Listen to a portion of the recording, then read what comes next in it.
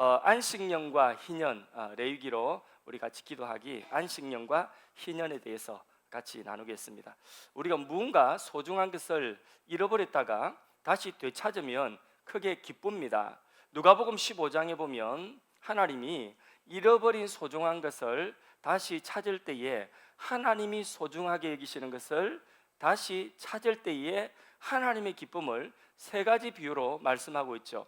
그래서 새벽 시간에 계속해서 말씀드리고 있는데, 그 첫 번째가 잃어버린 양을 찾았을 때에 그 잃어버린 양 하나를 어깨에 울러매고 기뻐하며 돌아와서 동네 사람들 불러가지고 함께 잔치하는 그런 하나님의 기쁨을 비유로 표현했고, 또 하나는 한 여자가 드라크마 10개가 한 세트로 되어 있는 그런 한 세트의 동전이 은전인데 드라크마 10개가 하나의 세트예요. 근데 10개 중에 하나가 잃어버렸어요.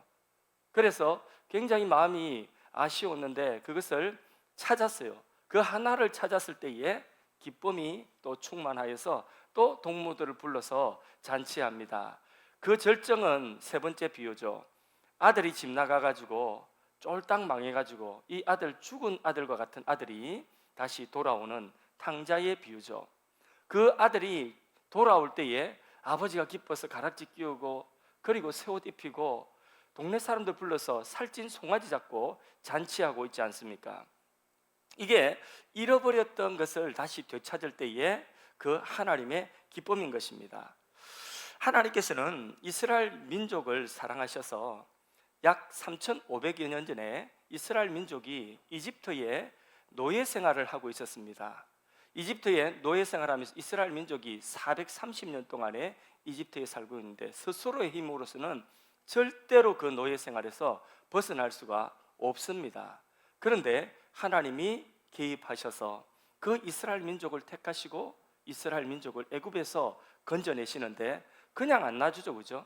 그래서 10가지의 재앙을 애굽에 하나님이 쏟아부으시면서 하나님이 이렇게 크신 하나님이고 두려운 하나님인 것을, 온 천하의 하나님인 것을 하나님은 애굽에 10가지 재앙을 덜어 부으심으로써 나타내시고 이스라엘 민족을 건져내셨습니다. 하나님께서 그 애굽에 종살이하던 그 이스라엘 민족을 되찾으신 거죠. 그리고 그 광야로 들어가서 홍해 바다가 가로막혀 있는데 홍해 바다를 활짝 여셨어요. 바다가 둘로 갈라지고 그 바다 속으로, 이게 바다가 이게 갈라져가지고 벽이 물처럼 있었다니까요. 그 속으로 이스라엘 민족이 바다를 가로질러서 건너갔습니다. 그리고는 다시는 애굽이 이스라엘 민족을 붙잡지 못하는 그 홍해를 건너가서 그 이후에 기쁨이 얼마나 기뻤던지 한번 생각해 보세요.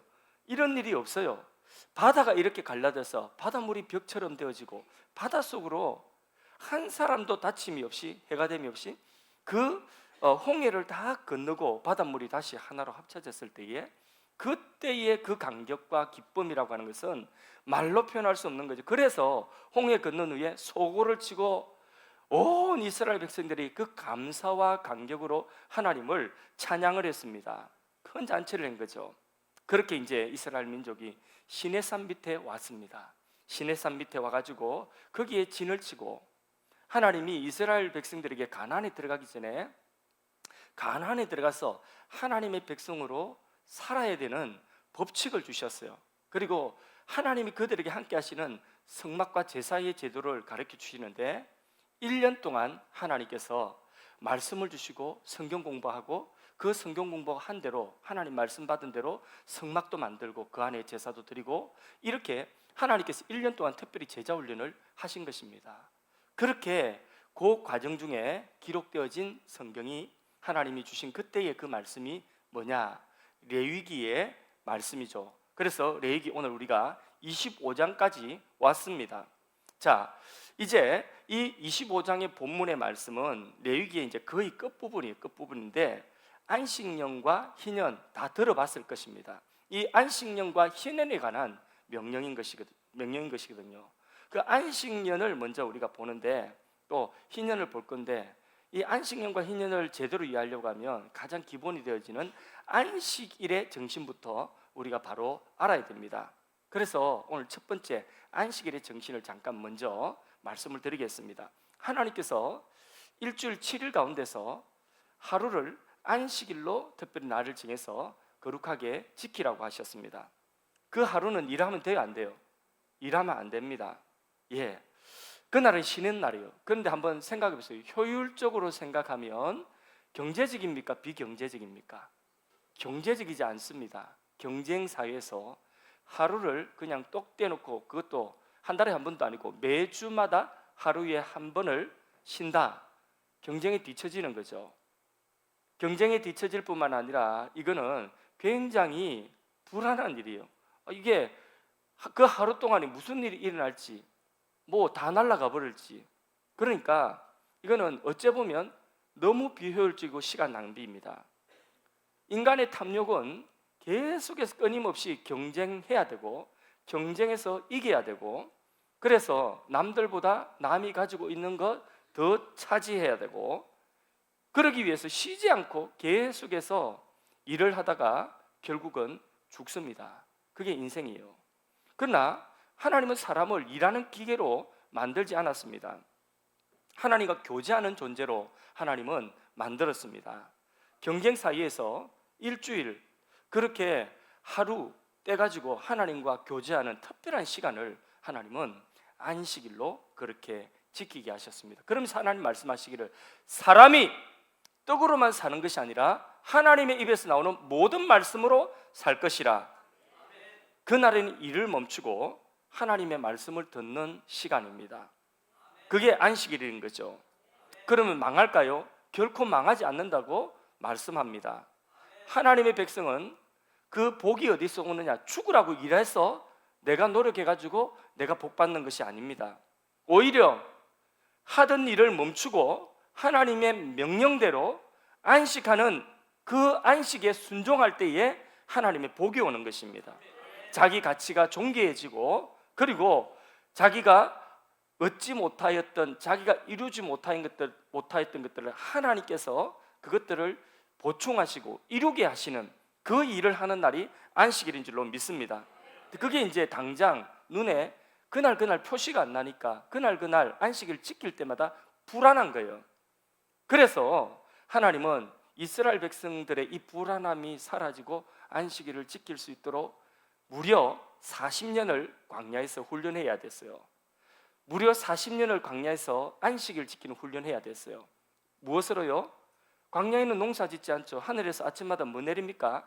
만나가 뚝뚝 내리는데, 이슬과 함께 내리는데 매일마다 나가서 만나를 거두어 드려야지 매일마다 먹을 수 있어요. 먹고 살 수 있습니다.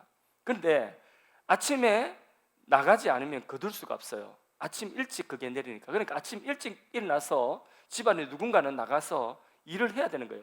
만나를 거두어 드려야 됩니다. 그런데 그 집에 노동력이 총동원되어 가지고 일주일치 우리는 걷고 일주일 동안 우리는 놀 기다, 안 나갈 기다, 아침에 늦잠 잘 게, 그럼 돼요, 안 돼요? 그게 하루만 지나가면 그러면 냄새나고 벌레가 나서 다음날 못 먹게 되는 거예요. 희한한 음식이죠. 이거를 하늘에서 매분마다 매일마다 내려주는 거죠. 그런데 제7일 안식일에는 이 만나조차 내리지 않습니다. 아침에 안식일 아침 일찍 일어나가지고 만나 거두 나가봤자 있어요, 없어요? 없어요. 그러니까 나가봤자 수고해봤자 없어요. 그러면 하루는 굶으라는 이야기예요? 아니죠. 희한하게 그 안식일 전날에 아침에 나가서 2배로 안식일 날 먹을 것까지 거두어 드리면 희한하게 그 안식일 날 아침에는 이 만나가 썩지 않습니다. 먹을 수 있도록 무슨 김치 냉장고가 있는 것도 아닌데 그게 또 하루 동안은 보존되는 거예요. 희한하죠. 그래서 이 만나를 통하여서 이스라엘 백성들이 안식일을 지키고 하나님이 주시는 그 하나님의 말씀으로 우리가 사는 거지, 사람이 떡으로만 사는 것이 아니라는 것을 하나님께서는 이스라엘 백성들 40년 동안에 훈련하셨어요. 그게 잘 안 되시는 분들, 요즘도 주일 성수 잘 안 되시는 분들은 하나님이 좀 이렇게 좀 훈련해 주시면 될 것 같아요. 그렇죠? 예. 이상하게 안식일은 인간의 머리로 이해 안 되는 이 만나라고 하는 것을 가지고 하나님이 이스라엘 백성들을 그 안식일을 지킬 수 있도록 그렇게 훈련을 하신 것입니다. 내 말씀대로 살아라. 안 망한다. 안식해라. 일주일에 한 번은 안식해라. 성수해라. 안 망한다. 안 굶는다. 예. 그렇게 하면 굶기는커녕 네가 존귀해진다. 네 삶이 진짜 행복해진다. 네 삶에 하나님 주신 안식으로 재충전된다. 할렐루야. 그래서 우리가요, 일을 열심히 해가지고 행복하고 일을 열심히 해가 채워지는 게 아니에요. 그것은 그렇게 해서 채우려고 하는 것은 탐욕이에요. 은혜 안에 있으면 나는 부족해도 하나님이 나를 존귀케 하시고 하나님이 내 삶을 채우시고 내가 다 가지고 있지 않아도 내게 행복한 마음, 감사의 마음을 주시는 것입니다. 그게 안식입니다. 자, 이 정신을 가지고 이제 레위기 25장에 뭘 지키느냐, 하나님 한술 뜨시는데 안식년을 지키라고 합니다. 2절에서 5절 읽어봅니다. 너는 6년 동안 그 밭에 파종하며 6년 동안 그 포도원을 가꾸어 그 소출을 거둘 것이나 7째 해에는 그 땅이 쉬어 안식하게 할지니 여호와께 대한 안식이라. 너는 그 밭에 파종하거나 포도원을 가꾸지 말며 내가 거둔 후에 자라난 것을 거두지 말고 가꾸지 아니한 포도나무가 맺은 열매를 거두지 말라. 이는 땅의 안식년임이니라. 하나님은 이스라엘 백성들에게 안식일을 지키라고 한 것은 사람의 초점이 가 있다고 한다면 이 안식년은 무엇을 대상으로 하는 거죠? 예, 땅. 그들이 가나안 땅에 들어가서 농사짓고 먹고 살 땅에 대한 그런 규례인 것이죠. 사람만 안식할 게 아니라 농사 짓느라고 수고한 땅도, 하나님의 창조의 그 자원인 땅도 안식년을 주어서 한 해는 쉬게 해라. 6년 동안은 파종하고 열심히 그 땅에서 경작하되 7년째에는 손대지 마라. 그대로 놔두라. 쉬게 하라.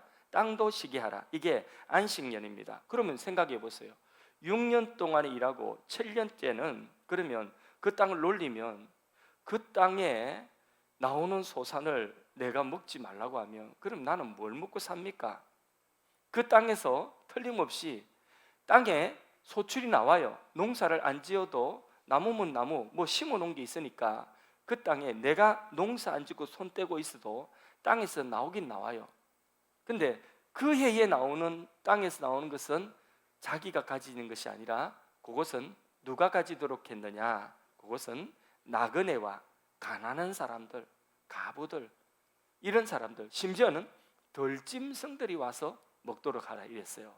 자, 우리 성경 말씀 6절 7절 안식년 내용입니다. 같이 읽습니다. 안식년의 소출은 너희가 먹을지니 너와 내 남종과 내 여종과 내 품꾼과 너와 함께 거류하는 자들과 내 가축과 내 땅에 있는 들짐승이 다 그 소출로 먹을 것을 삼을지니라. 예, 이 땅에 있는 들짐승까지도 이걸 먹으라고 하는 것입니다. 땅을 쉬게 할 뿐만 아니라 너 자신만을 위한 것이 아니라 그 소출은 다른 사람들, 가난한 사람들이 먹도록 해라. 이렇게 배를 하신 것입니다.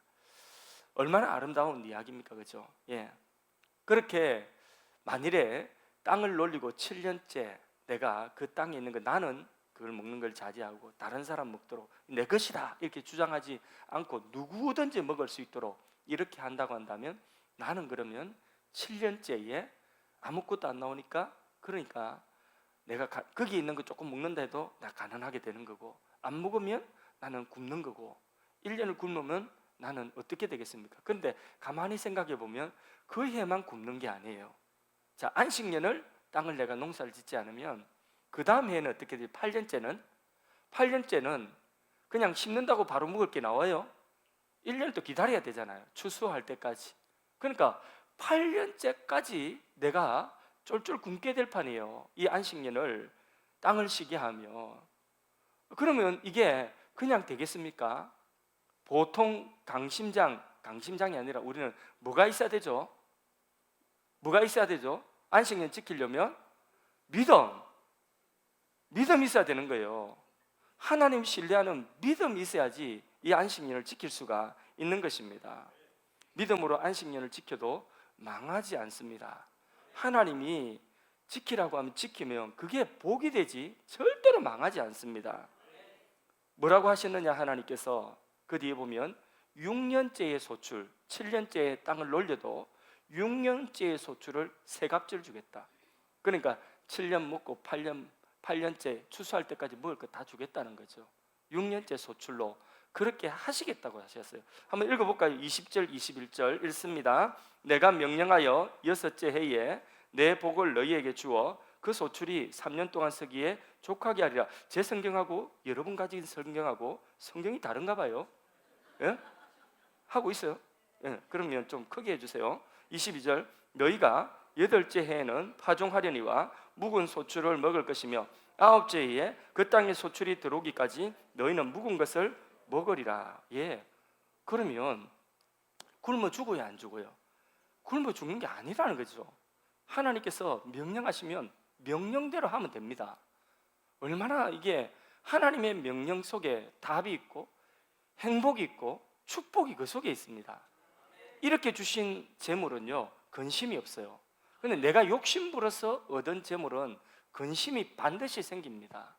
그 재물 가지고 자식이 속을 썩이든지 그 재물 가지고 남편이 속을 썩이든지 하여튼 그 재물 가지고 내 속이 썩는 근심이 있어요. 욕심부려서 얻은 근심, 이 재물은 하나님이 주신 정당한 방식대로 믿음으로 얻은 재물은 근심이 없습니다. 믿으시기를 바랍니다. 예. 자, 그러면 이제 이스라엘 백성들에게 하나님께서 안식년을 가나안 땅에 들어가면 너에게 이제 땅 줄 텐데 만나 훈련 받았으니 가나안에 들어가서 땅 줄 텐데 너희가 농사 지을 텐데 그 가나안에서 이제 들어가면 이 안식년까지 지켜라 하나님 말씀하셨어요. 이스라엘 백성이 역사에 지켰어요, 안 지켰어요? 안식년을 잘 모르겠습니까? 안 지켰어요. 안 지킨 이유가 뭘까요? 예, 굶어 죽을까 봐 여전히 불안한 거죠. 7년째 어떻게 살고 7년은 견디다 칠지라도 8년째 2년 동안이나 어떻게 그렇게 쫄쫄 굶고 우리가 사나? 그거 안 되겠다는 거 못 믿겠다는 거죠. 하나님은 혹시라도 잊어먹은 건 어떻게 하나? 못 믿겠다는 거예요. 그리고 나는 못 먹는데 저 사람들이 다른 사람들이 와가지고 내 밭에 들어와가지고 지 것처럼 먹는 거 아깝다는 것입니다. 그 비효율적이라는 것이죠. 그러니까 못하는 거예요. 이스라엘 백성들이 역사에 이 안식년을 지키지 않으니까 하나님은 계산이 정확할까요? 안 정확할까요? 하나님 계산은요 정확합니다. 계산기보다 정확할까요? 계산기보다 안 정확할까요? 더 정확합니다. 속에 있는 것까지도 하나님 계산하십니다. 진짜 정확합니다. 계산기는 고장날 수 있지만은 하나님은 속에 있는 것까지 다 계산합니다. 이스라엘 백성이 가나안 땅에 들어와서 몇 년? 490년 동안에 남북 이스라엘이 490년 동안에 왕국을 이루는 동안에 70번에 77이 49, 70번에 안식년이 있죠, 그죠? 계산이 되죠? 계산 얼른 되죠, 그죠? 하나도 안 어렵습니다. 목사님 설교가 뭐 이렇게 계산해야 되고 왜 이렇게 어려워? 그러지 마세요. 490년이면 안식년이 7년에 한 번 돌아오죠, 그죠? 그러면 70번의 안식년을 그들은 어긴 거예요. 땅을 쉬게 하지 못했어요. 하나님 계산 정확한 것은 하나님이 그 땅을 강제 안식시켰습니다. 그 땅이 내 땅이다 이러니까 이스라엘 백성이 내 땅이다고 안식년을 이게 내어놓지 하나님 손에 올려드리지 못하니까 하나님께 맡기지 못하니 내 땅이다 이러니까 그 다 내 거다 하니까 그러니까 하나님께서는 그 490년의 안식년 그 70년 안식년에 해당하는 그 횟수를 강제 안식시켰어요. 어떻게 해요? 그 땅을 빼앗아 가지고 이방인들에게 주버렸어요. 예. 그리고 밟히게 하고 황무하게 했습니다. 강제 안식년. 그게 이스라엘 백성들이 유다가 예루살렘 멸망하고 몇 년 있다가 포로에 돌아왔죠? 70년. 딱 하나님의 계산은 정확한 것입니다. 땅이 그동안에는 황폐하고 버려집니다. 이처럼 우리도 강제 안식년을 때때로 우리 인생 가운데 맞이할 수도 있습니다. 그래서 어떤 사람은 다치거나 어떤 사람은 병들거나, 어떤 사람은 실직하거나, 어떤 사람은 시험에 떨어지거나, 여러 가지 이유로 할 일이 없어지게 되는 강제 안식년을 맞이할 때가 있습니다.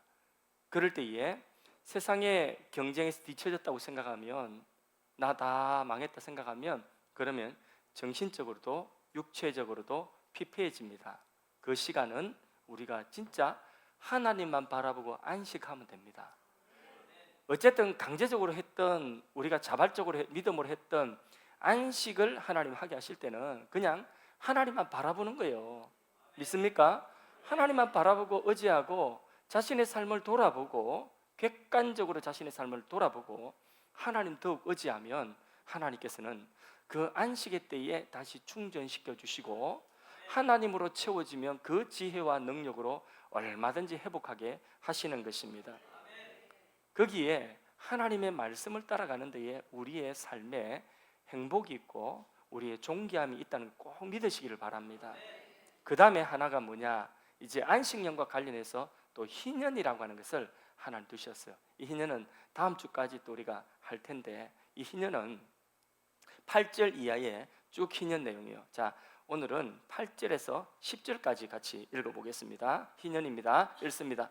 너는 7 안식년을 계수할지니 이는 7년이 7번인즉 안식년 7번 동안 49년이라 일곱째 달 열흘날은 속죄일이니 너는 뿔나팔 소리를 내되 전국에서 뿔나팔을 크게 불지며 너희는 50년째 해를 거룩하게 하여 그 땅에 있는 모든 주민을 위하여 자유를 공포하라. 이 해는 너희에게 희년이니 너희는 각각 자기의 소유지로 돌아가며 각각 자기의 가족에게로 돌아갈지며 그 50년째 해는 11절도 봅니다. 그 50년째 해는 너희의 희년이니 너희는 파종하지 말며 스스로 난 것을 거두지 말며 가꾸지 아니한 포도를 거두지 말라. 자, 여러분, 이 희년이라고 하는 것은 이런 것입니다. 사람이 가난하면 조상으로부터 물려받은 분배받은 땅을 어쩔 수 없이 가난해서 그 땅이 빚으로 넘어가는 그런 경우도 있다는 거죠. 그래서 땅이 이제 남의 손에 넘어갔어요. 자, 뿐만 아니라 어쩔 수 없이 내가 빚을 갚지 못해서 내 몸이 남의 집에 종으로 팔려가게 됐습니다. 여기 이제 이스라엘 백성들이, 가난한 사람들이 빚 갚지 못해서 당하는 그런 불행이죠. 자, 이 모든 것들을 영원히 계속 그렇게 빚지고 영원히 내가 땅을 잃어버린, 기업을 잃어버린 것이 아니라 이것을 한 번에 되찾을 수 있는 기회를 하나님이 주셨다는 거죠.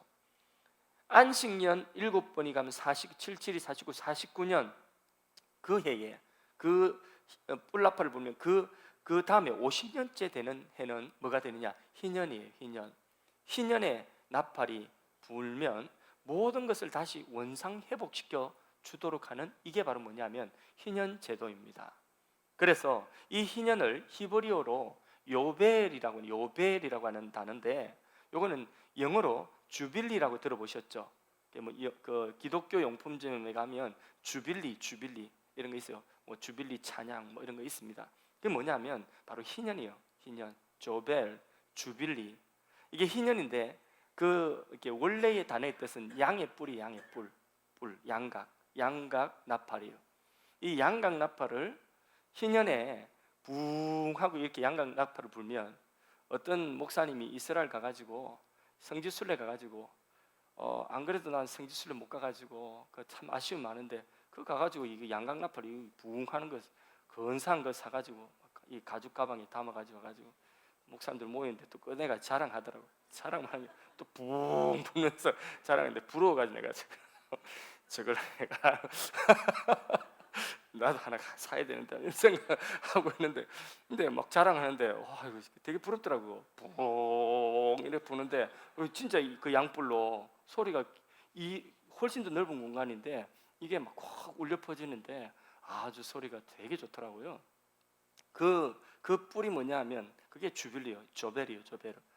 이 희년, 이 양각 나팔을 푹 불 때에, 그러면 자, 남의 집에 팔려서 종되었던 사람이 이제는 아무 조건 없이 다시 자기 가족들, 처자식이 있는 자기 집으로 다시 돌아갑니다. 아무 조건 없이. 이 얼마나 감격스럽습니까? 또 우리 집이 다 잃어버렸어요. 땅 다 잃어버렸는데 조상에게 이게 물려받은 그 분배받은 땅을 아무 조건 없이 다시 우리 집안 앞으로 다시 되돌아오는 거예요. 아무 조건 없이. 그렇게 되찾을 때 기쁘겠어요, 안 기쁘겠어요? 기쁘죠. 그건 완전 은혜죠, 그죠? 자기 힘으로는 되찾을 능력이 없어요. 평생 가도. 그런데 이거를 희년의 나팔이 부니까 그냥 조건 없이 돌려주는 거예요. 얼마나 기쁩니까? 모든 이스라엘은 그 희년을 기점으로 다시 리셋, 원점으로 돌아가는 거예요. 부자도 가난한 자도 다시 원래 자기 것, 하나님이 자기 조상들에게 분배해 준 그것 가지고 다시 원점으로 시작하는 것입니다. 요즘은 개천에서 용 난다는 말 안 통한다고 그러죠. 우리나라에 그게 안 된다는 거죠. 개천에서 용 안 난답니다. 그 아이고 목사님 옛날 이야기랍니다. 그럼 무슨 이야기냐? 부와 가난이 대물림되고 있다는 거죠. 그래서 이미 기울어진 운동장에서 경기를 한다는 거죠. 그러니까 먼저 저만큼 앞서 있는 사람은 소위 말하는 집안 좋고 부모님 부자고 그러면 이미 저만큼 앞서 있는데 걔는 또 내리막길 가듯이 그렇게 경주를 하니까 훨씬 더 빠를 수밖에 없는 거죠. 그러니까 세월이 지나면 격차는 더 벌어지게 되는 것이 오늘 현실이죠. 수많은 젊은이들이 오늘 열심히 일을 하면서도 소망이 없고 미래에 대해 불안하고 소망이 없다고 생각하는 것은 무엇이냐면 바로 이 격차가 너무 크기 때문에 자기들의 힘으로 스스로는 회복될 수 없다고 생각하기 때문에 이 사회를, 자기가 살고 있는 이 사회를 지옥 같다, 헬조선이다, 희망이 없다, 이렇게 희망의 노래를 부르지 못하고 절망하고 있는 것이 오늘의 현실이거든요. 그런데 한번 생각해 보세요. 어떤 사람은 열심히 일해가지고, 그것도 옛날 이야기예요. 그래서 막 열심히 한 30년 이상 장기 건속을 해가지고 그 많은 직원들 중에 한 사람 임원으로 그렇게 올라간, 그건 뭐 하늘의 별 따기라 하죠. 조름막이는 떠나갈지어다. 저쪽 줄에 저쪽 줄에 조름막이 두 줄에 있는 틈타고 있는 조름막이는 떠나갈지어다. 예, 그래서 그렇게 한 사람 하늘의 별 따듯이 임원이 되는데 오너의 자녀는 아주 20대, 30대에 그냥 들어와서 몇 년 만에 임원되고 몇 년 만에 사장되고 몇 년 만에 회장됩니다. 그 격차를 어떻게 바꿀 수가 있겠습니까? 누가 이길 수 있겠습니까? 그래서 하다 안 돼서 요새는 대기업 노조도 세습한다 하더라고요. 노조도. 그래서 노조가 막 정의로운 척 회사도 적어도 그것까지도 자기 자식들 들어올 수 있도록 그렇게 노조도 세습한다. 그 얼마 전에 그 뉴스에 나오고 그러지 않습니까? 우리도 좀 희년 좀 있으면 좋겠죠, 그죠? 우리 젊은이들이 이 설교를 들으면 막 눈이 반짝반짝할 것 같은데, 그러나 한편으로 생각해 보면 희년이라고 하는 것은 가진 사람에게, 힘 있는 사람에게는 그것은 자기가 정당하게 노력을 해 열심히 해서 더 많이 가진 것인데, 그것을 조건 없이 돌려주려고 하면 이건 또 힘이 있는 사람에게, 가진 사람에게는 뭐가 되는 거죠? 불공평스러운 것이 또 될 수도 있는 것이죠. 그러나 가난한 사람에게는 또 고마운 것이고, 열심히 성공적으로 살아온 사람에게 억울한 일이 될 수도 있는 것, 이게 희년 제도라고 하는 것입니다. 자, 여러분, 그러면 희년 있었으면 좋겠습니까? 없었으면 좋겠습니까? 그래도 있으면 좋겠죠, 그죠? 예.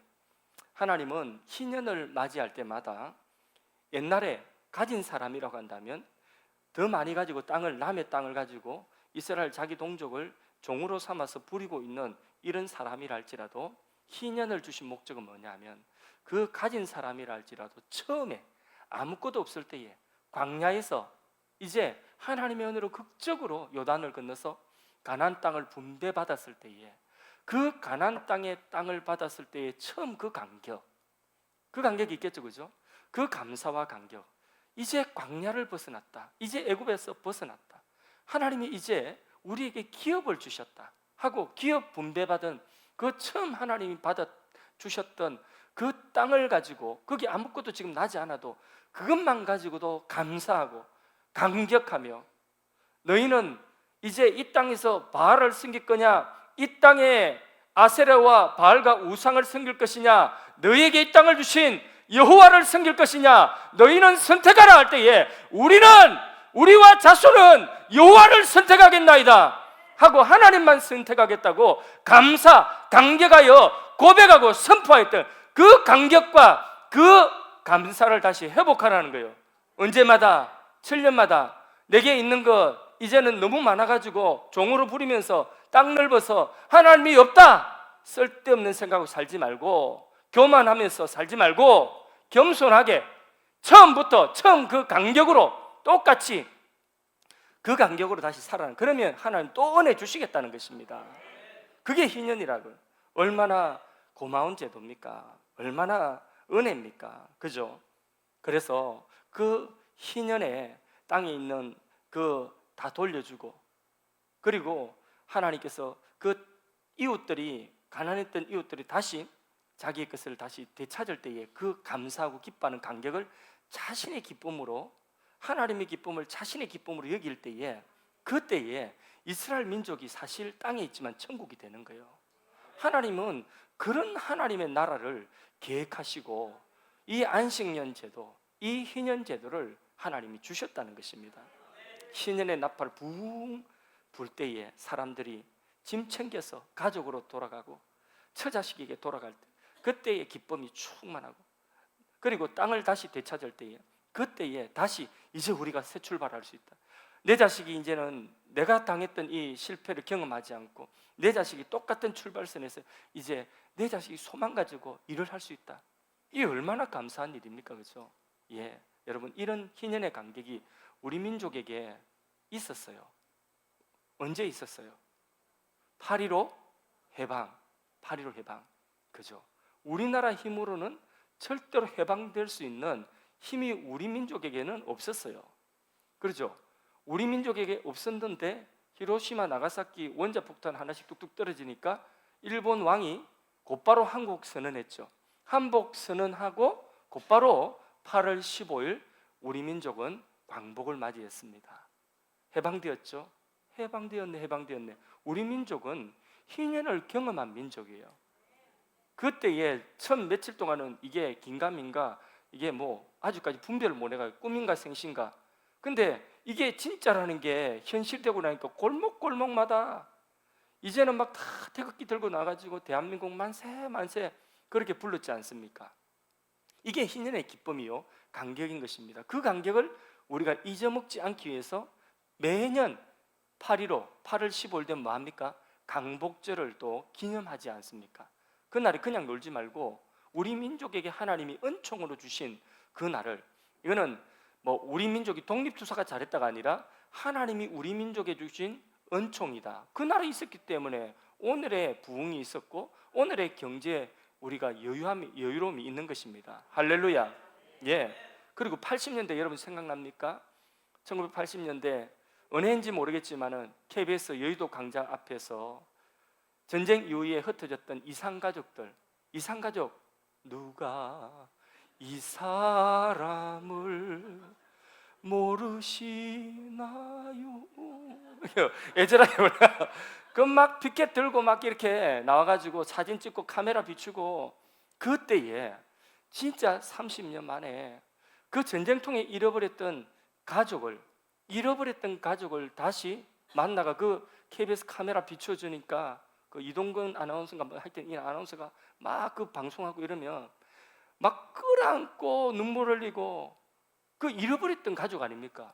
잃어버렸던 가족을 다시 되찾고 그 이산가족 상봉하면서 막 끌어안고 눈물 흘리고, 그때 그거 우리 텔레비 보면서 나이 드신 분들 다 알 거예요. 얼마나 많이 울었습니까? 내 가족 찾는 것처럼 남의 가족 찾는 것도 이래 감격스럽고 이래 눈물이 나고 기쁘고 그런 거예요. 그게 희년의 기쁨이라는 것입니다. 자, 그러면 다시 질문합니다. 이스라엘 민족이 역사에 이 희년을 잘 지켰습니까? 한 번이라도 지킨 적이 있습니까? 안식년도 안 지키는데 무슨 희년을 지켜요? 안 지켰죠. 예. 그래서 이스라엘 민족은요, 부자들은 자기 땅이나 종들을 돌려주기 싫으니까 이거 아깝잖아요. 희년 안 지킨 겁니다. 믿음이 없어서 희년을 지키지 않았더니 나중에 어떻게 됐어요? 그들도 아수르의 또 바벨론의 그들도 종이 됐어요. 하나님 계산 정확해요, 안 정확해요? 정확합니다. 진짜 정확합니다. 여러분, 함부로 하나님 명령, 하나님의 말씀을 함부로 여러분들 마음대로 해석하고 마음대로 하지 마십시오. 하나님의 말씀은 정확합니다. 하나님이 복된다면 복되는 것이고, 하나님이 화된다면 화되는 거예요. 하나님이 지키라면 지키는 것이고, 하나님이 드리라면 드려야 되는 것이고, 하나님이 가라고 하라고 하면 가고 해야 되는 거예요. 하지 말라고 하면 하지 말아야 됩니다. 그게 우리의 복이에요. 그게 우리의 삶의 진정한 안식입니다. 우리를 존귀하고 복되게 하는 일인 것입니다. 영적으로 이 말씀 우리가 해석해야 돼요. 자, 구약의 이스라엘의 이 안식년, 희년, 이것을 통해서 우리는 신령한 면을 보아야 되는 것입니다. 영적으로 모든 사람은 다 죄로 인하여서 우리는 사망 아래 마귀에게 속하게 되었고, 죄의 종, 마귀의 종, 사망의 종, 저주 아래 우리가 그렇게 놓여지게 된 거죠. 그래서 이 세상의 모든 사람은 범죄함으로 하나님의 영광에 이를 수가 없는 죄인이 되었습니다. 그 죄에 대해서는 심판이 있고 사망이 있고 영원한 사망이 있고, 그 사망 아래에서 하나님 등지고 하나님 명령 어기고 살아가는 그 삶이 뭐가 복되겠습니까? 고통이죠. 수고하지만은 그 수고한 것조차도 소유를 얻었지만은 그 소유가 무엇과 함께 오는, 가시와 함께 오는 거예요. 그래서 재물을 얻어도 재물도 근심이 돼. 그 재물 때문에 근심이 되는 이런 인류입니다. 이렇게 인류가 비참하게 되었는데 스스로 이 죄에 대해서, 이 사망에 대해서 벗어날 수 있어야 돼요. 벗어날 수 있어야 되는데 없어요. 벗어날 가망성이 전혀 없습니다. 뭐가 와야 되죠? 그러면 뭐가 와야 되죠? 아니 계속 우리가 했잖아요. 뭐가 와야 돼요? 희년 나팔이 불어야 되죠. 희년이 와야지. 우리 스스로는 벗어날 수 없어요. 희년이 와야 돼요. 하나님이 말씀하신 희년이 진짜 선포, 이스라엘 민족 중 이스라엘 역사에서는 선포되지 않았지만 그들의 탐욕 때문에 인간으로서는 희년 나팔을 못 부는 거예요. 욕심 때문에, 죄 때문에. 전부 나팔 부는 놈도 죄인이고 다 죄인인데 뭐. 그러니까 희년 나팔을 못 부는 거예요. 불어야지 해도 구약 역사를 보면 한 번도 분 적이 없어요. 불 수가 없어요. 그 말은 무슨 말이에요? 스스로 해방될 길이 없다는 거예요. 우리 인간이 그렇다는 거죠. 하나님의 영광에 이를 자가 아무도 없다는 거죠. 그런데 이 희년 나팔을 누가 불었어요?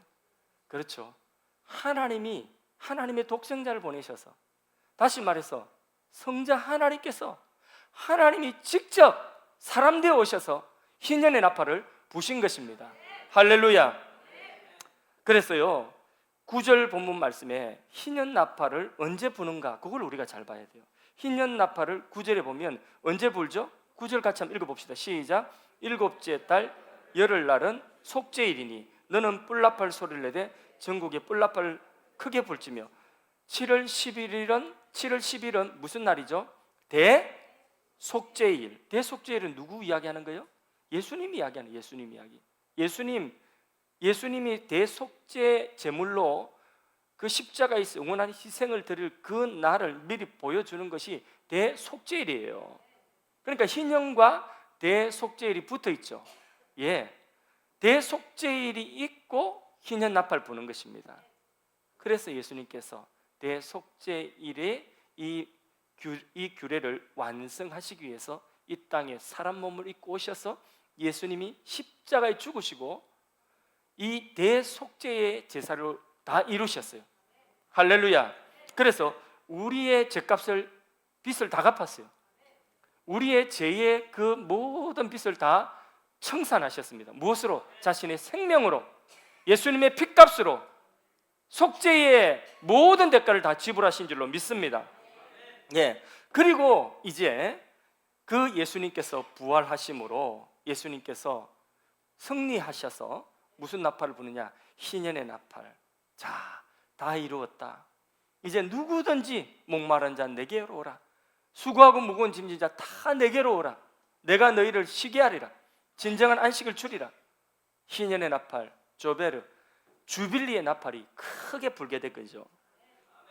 여러분, 그래서 예수님께서 처음 공생애를 시작하시고 광야에서 마귀의 시험 이기시고 예수님께서 세례 딱 받으시고 난 이후에 제일 먼저 나사렛 회당에 가셔서 나사렛 회당에서 예수님께서 그 사람들 모여있는 안식일에 모여있는 사람들에게 딱 책을 펼쳐서 말씀을 읽으셨습니다.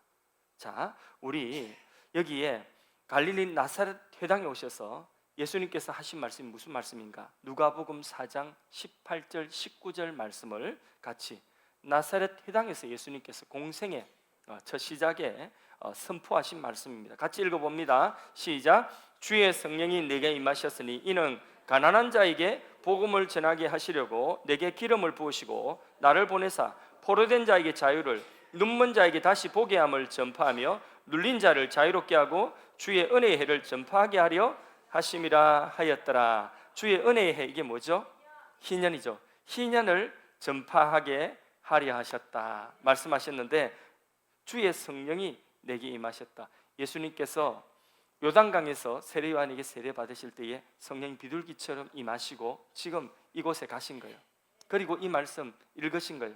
그러면서 뭐라고 하시는가? 책을 덮으시면서 그 구약 성경에 그 말씀을 덮으시면서 희년의 말씀을 이제 메시아가 와서 요 희년을 선포할 것이라고 이 말씀을 덮으시면서 누가복음 4장 그 뒤에 20절 21절을 읽습니다. 같이 읽습니다. 책을 덮어 그 맡은 자에게 주시고 앉으시니 회당에 있는 자들이 다 주목하여 보더라. 큰 소리로 이에 예수께서 그들에게 말씀하시되 이 글이 오늘 너희에게 응하였느니라 하시니, 그러면 희년 나팔을 누가 분다는 거죠?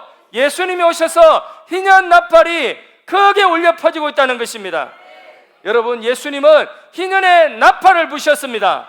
할렐루야. 사람이 세상에 살아도 행복하지 못한 이유는 병 때문에 행복하지 못한 것도 아니고 또 가난 때문에 행복하지 못한 것도 아니고 우리를 행복하지 못하게 하는 그 이유는 뭐냐면 우리가 죄의 종이 되어서 그런 거예요. 죄 때문에 사망도 오고 죄 때문에 모든 불행이 우리에게 찾아오는 것입니다. 그 죄의 사슬에 매여서 스스로는 벗어날 길이 없습니다. 그러나 예수님 오셔서 그 죄의 사슬을 끊어주시고 죄의 값을 다 치루시고 대신 값을 치르셨다는 거예요. 구약의 희년 지켰다면, 이스라엘 민족이 구약의 희년을 지켰다면 그 땅값, 그게 종으로 있던 그 빚 누가 대신 갚아주는 거예요? 하나님이 대신 갚아주는데 엄밀하게 말하면 성자 예수님께서 십자가에 대신 갚아주실 거라는 거예요. 예.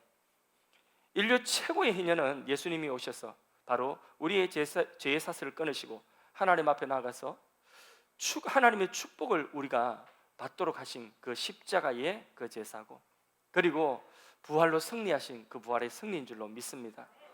그 예수를 우리가 믿을 때에 우리는 우리의 인생에 희년이 이미 선포되어진 것입니다. 우리는 희년을 맞이한 것입니다. 예수 믿고 희년 맞이할 수 있기를 바랍니다. 희년의 기쁨을 누릴 수 있기를 바랍니다. 하나님께서는 이스라엘 백성들에게 항상 희년을 염두에 두고 살아가라고 말씀하십니다. 그래서 이스라엘 백성들은 가나안 사람에게서 밭을 살 때에도 값을 매길 때에 무엇을 기준으로 값을 매겨야 되냐면 보통은 땅이 얼마나 크냐, 얼마의 소출이 나오냐, 요것 가지고 값을 매기잖아요. 그게 상식이잖아. 그런데 이스라엘 백성들은 항상 땅을 사들일 때에도 무엇을 가지고 염두에 두고 사야 되냐면 이 땅이 희년이 얼마 남았느냐, 그거를 생각하고 염두에 두고 땅값을 매겨야 됩니다. 그러면 희년이 10년 남은 땅하고 희년이 3년 남은 땅하고 어떤 땅이 값이 더 비쌀까요? 10년 남은 게 더 비싸야 되죠. 3년 남은 거는 곧 3년 있다가 돌려줘야 되니까, 땅이 아무리 많은 소출을 내도 돌려줘야 하니까 땅값이 싸게 그렇게 값이 매겨져야 되는, 그게 그렇게 이스라엘 백성은 항상 무엇을 하든지 희년을 염두에 두고 살아야 되는 것입니다. 만일에 희년을 의식하지 않고 3년째 희년이 3년 남았는데 땅을 내가 그걸 비싸게 주고 샀어요. 땅을 내가 그 땅이 욕심나서 샀어요. 그러면 자기 마음속에 나 희년 안 지키겠다는 그런 욕심이 있는 거죠, 그죠? 예, 땅을 돌려줄 의사가 없는 것입니다. 그렇게 이스라엘 백성들이 살았거든요. 그러면 정말 그 땅이 영원히 자기 땅이 됐느냐? 아니잖아요. 뺏길 뿐만 아니라 자기 자신도 종으로 팔렸어요. 예, 저런 마귀가 또 들어온다. 다 보입니다. 여기서 보면. 예, 지금 몇 퍼센트 지금 갔는가? 마귀, 저런 마귀한테 몇 퍼센트 딸려갔는가? 저분은 지금 40% 딸려가고 있다. 엄청 무지 지금 싸우고 있다. 다 보입니다. 조금만 참으세요. 다 마치갑니다. 그래서 이스라엘 백성들은요, 다른 사람의 땅을 또 자기가 가지고 있는 땅이라 할지 영원히 자기 것이다 생각하면 안 됩니다. 땅은 하나님께 속한 것입니다.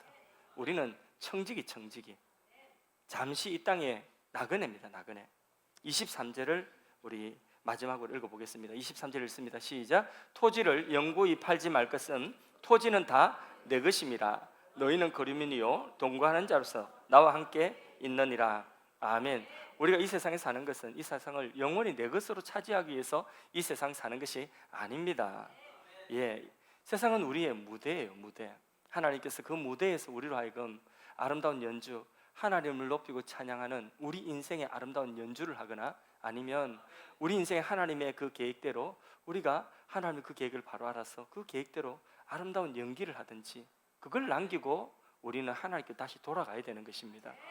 땅을 우리가 영원한 것으로, 무대를 영원한 것으로 차지하려고 하면 안 됩니다. 착각입니다. 예. 그래서요, 본문 말씀을 보면 안식일과 안식년 그리고 희년이 하나의 맥락에서 연결되어진데, 다 이걸 지키려고 하면 뭐가 필요하죠? 하나님을 신뢰하는 믿음 필요한 거죠. 땅이나 사람이나 모든 것의 주인은 하나님이시라는 믿음. 내 인생이 복되고 존귀한 자가 되기 위해서는, 내 인생이 풍성한 삶이 되기 위해서는 바로 이 믿음으로 하나님이 말씀하신 그 진정한 안식과 그 진정한 희년을 우리가 믿음으로 받아들이고 그리고 그 말씀에 순종하는 것이죠. 그러면 누리게 되는 것입니다. 구약의 율법으로 주셨던 안식년과 희년은 예수님 오심으로 성취가 되었습니다. 믿습니까? 하나님은 예수님 안에서 우리에게 안식과 진정한 희년의 자유를 주신 줄로 믿습니다. 할렐루야. 예수님 우리 죄값을 지불하셨습니다. 저주의 대가를 지불하셨습니다. 그게 십자가의 죽으심입니다. 희년의 나팔 주빌리, 무덤에서 부활하셨습니다. 그게 희년의 나팔인 것입니다. 우리에게 필요한 것은 무엇이냐? 믿음. 이제는 그 믿음을 좀 더 구체적으로 정확하게, 무슨 믿음이요? 주 예수를 믿는 믿음인 것입니다. 그 속에 다 들어있는 것입니다. 주 예수를 믿는 믿음 속에 안식과 안식년과 희년이 다 들어있는 것입니다. 예수를 믿는 우리는 이미 영혼의 안식을 얻은 줄로 믿습니다. 자유를 얻었어요. 오늘 죽어도 우리는 천국 갑니다. 천국의 안식이 우리를 기다리고 있습니다. 아직 우리의 몸은 이 땅 살아가고 있는 동안에 천국에 들어가지 아니하고 우리의 몸은 여전히 이 땅 가운데 병들고 고통 가운데 있지만 우리의 몸도 곧 구속의 날을 기다리고 있습니다. 구원받은 우리 몸의 완전한 그 구원의 날, 그 날이 예비되어져 있고 기다리고 있는 것입니다. 그 날에 우리는 모두 영광의 자유에 몸과 영혼이 함께 영광의 자유에 이르게 될 줄로 믿습니다. 이 분명한 약속을 그리스도로 말미암아 우리는 예수님으로 말미암아 받았습니다. 그때까지 우리는 이제 열심히 선포해야 돼요. 내가 받은 이 희년의 기쁨과 감사, 이 희년의 이유를 우리는 선포해야 되는 것입니다. 우리가 희년을 나에게 선포할 뿐만 아니라 다른 사람에게도 선포해야 됩니다. 이게 뭐냐? 예수 전하는 것입니다. 희년의 주가 되시는 예수 전하는 것이, 그게 바로 뭐냐? 희년을 선포하는 것입니다. 희년이 왔어요 이렇게 선포 안 해도 돼요. 어렵게 주빌리 이렇게 안 해도 돼요. 주빌리 하면 알아듣는 사람도 별로 없어요. 그러니까 우리는 한 가지 알아듣기 쉽게 그냥 예수 믿으세요 전하면 되는 것입니다. 예수가 그리스도라는 것을 전하면, 그러면 그 속에 희년의 선포가 있는 것입니다. 최고의 희년은 많은 사람들이 우리가 전하는 희년의 나팔 소리를 듣고, 다시 말해서 예수를 증거하는 소리를 듣고 많은 사람들이 하나님 앞에 나와서 이 하나님의 주신 희년의 기쁨을 함께 누리는 것입니다. 이 부흥이 일어나는 것, 이 성령의 부흥이 일어나는 것, 이 예수의 바람이 부는 것, 이 예수의 생명의 바람이 부는 것, 이게 바로 뭐냐면 희년이 선포되어지는 희년의 기쁨을 함께 누리는 것입니다. 할렐루야. 부지런히 전도합시다. 부지런히 우리 예수 전합시다. 이번 새생명 축제가 희년의 나팔을 크게 부는 날이 될 줄로 믿습니다. 많은 사람이 예수를 믿고 영접하고 죄와 사망과 저주에서 그 권세에서 벗어나는 역사, 여러분의 가족이 되기를 바랍니다. 여러분이 이름 적어서 기도하고 있는 그 영혼이 되기를 바랍니다. 하나님 주신 은혜를 경험하는 감격스러운 희년의 그 감격이 이번 새생명 축제에도 계속해서 이어지고, 우리 교회에 매주일마다 희년 나팔 크게 울려 퍼지는 희년의 감격과 기쁨이 있는 교회가 되기를 간절히 소원합니다. 그래서 어떤 교회는 이름이 희년교회, 이런 교회도 있더라고요. 예. 우리는 희년교회 안에도 예수 이름 안에 다 들었습니다. 할렐루야. 예. 하늘 사랑이 얼마나 좋습니까? 그 속에 하늘 사랑이, 그 실체가 누굽니까? 예수님이죠. 그렇죠. 그러니까 우리는 이미 희년교회입니다. 예, 그 희년교회가 이름만 희년교회 갖는 것이 아니라 이 희년의 간격이 매주마다 있어야 됩니다. 매주마다 새 가족들이 오고, 매주마다 구원받는 영혼이 있고, 매주마다 예배드리면서 눈물 흘리고 이 희년의 간격을 누리는 자들이 있어야 되는 것입니다. 우리 같이 찬양하겠습니다. 예수 이름이 온 땅에 찬양하겠습니다.